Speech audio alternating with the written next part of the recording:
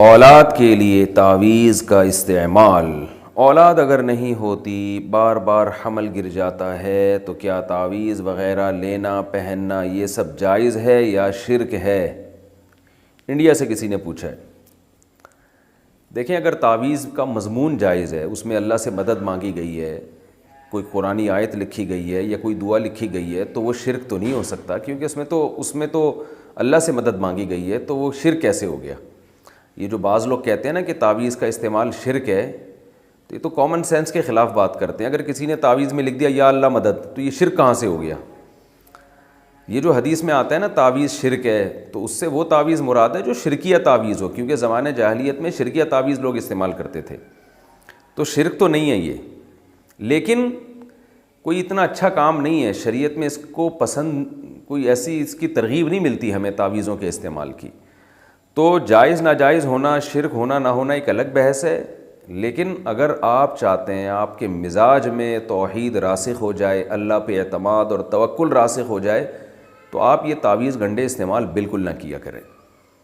میں نے دیکھا ہے جو تعویذوں کا استعمال کرتے ہیں موت تک کرتے ہی رہتے ہیں، وہ ان کے مسائل کبھی بھی حل نہیں ہوتے، ایک مسئلہ حل ہوا تو 10 اور چپک گئے۔ تو جو اہل اللہ کا طریقہ رہا ہے، علماء کا اکثر زیادہ تر علماء کا طریقہ رہا ہے، وہ یہی ہے کہ جب کوئی پریشانی ہو اللہ سے دعا مانگیں۔ حضرت زکریا علیہ السلام کی اولاد نہیں ہو رہی تھی، تو ہمیں نہیں ملتا انہوں نے کوئی تعویذ لٹکایا ہو یا ان کی زوجہ نے کوئی تعویذ لٹکایا ہو، دعا مانگتے رہے اللہ تعالیٰ سے، اور بالآخر بڑھاپے میں بھی اللہ سے دعا مانگی، یرثنی و یرث من آل یعقوب، اے اللہ مجھے اولاد دے دے جو میری اور آل یعقوب کی وارث بنے۔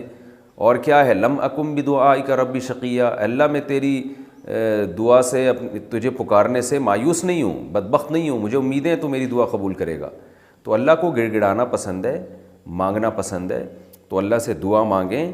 اگر آپ کے اولاد نہیں ہو رہی، میں بھی دعا کرتا ہوں اللہ آپ کو نیک صالح اولاد عطا فرمائے، تو یا علاج بھی کریں اور اللہ سے دعائیں بھی مانگیں، بس اتنا کافی ہے۔ اللہ اولاد دے دے شکر کریں، نہیں دے تو آزمائش سمجھ کے اس پہ صبر کریں۔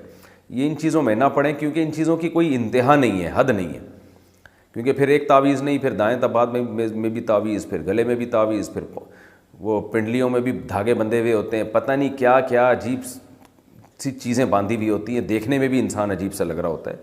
تو یہ چیزیں غیر مسلموں پہ، ہندوؤں پہ اور اس طرح کے باطل عقائد والوں پہ سوٹ کرتی ہیں، اچھے لوگوں پہ، صحیح عقیدہ والے لوگوں پہ یہ چیزیں سوٹ نہیں کرتی، ان کے مزاج سے میچ نہیں کرتی ہیں۔ تو جائز ناجائز کی بحث میں پڑے بغیر میں ویسے آپ کو ترغیب دے رہا ہوں کہ آپ ان چیزوں سے اپنے آپ کو بچا کے رکھیں، اللہ آپ کے سارے کام انشاءاللہ بنائے گا، ویسے ہی بنا دے گا، دعاؤں سے بنائے گا۔ دعا کو فوکس کیا کریں زیادہ۔